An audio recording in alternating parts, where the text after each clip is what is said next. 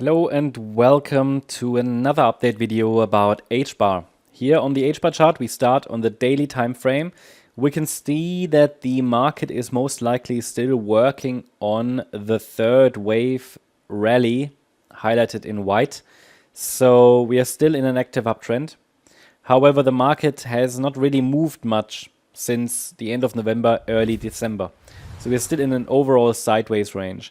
What you see here on the chart is a wave count, a wave structure based on Elliott wave, which is a sentiment-based analysis method. And what you can see here are different colors, like labels in different colors, a roadmap basically for the yellow scenario and the white scenario. They are two distinct scenarios. I'm tracking primarily the white scenario, which means further upside in wave 3.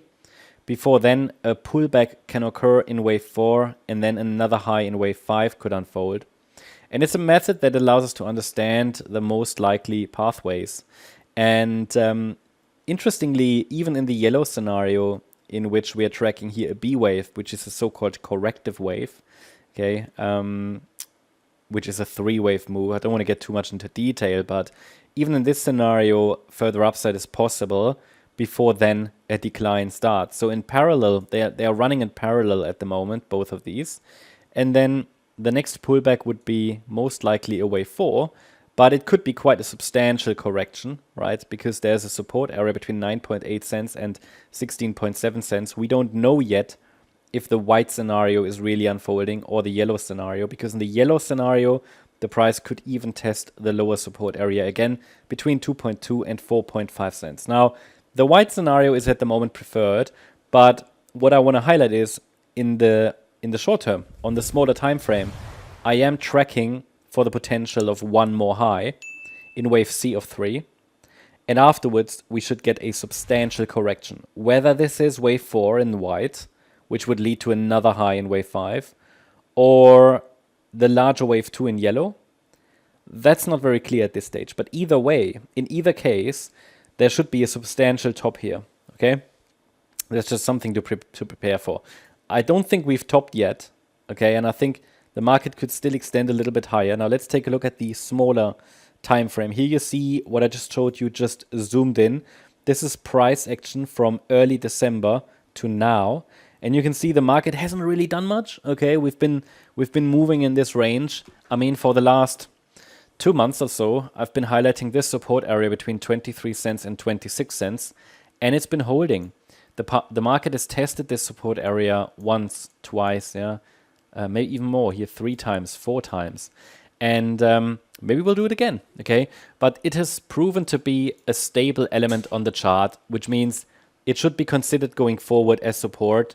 Obviously, it would also mean that if this support level breaks, it could have quite some, substantial implications. So what does it mean? Well, if support breaks below 23 cents, the overall idea that we get one more high in this larger third wave would have to be revised. Okay, but for now, the idea is that this one more high in wave C of 3 is already unfolding. An internal fourth wave, which is again a corrective wave, bottomed most likely here on the 20th of December. I mean, this scenario is currently being tested, but the idea is that we already started the move up because we've been printing higher highs and higher lows.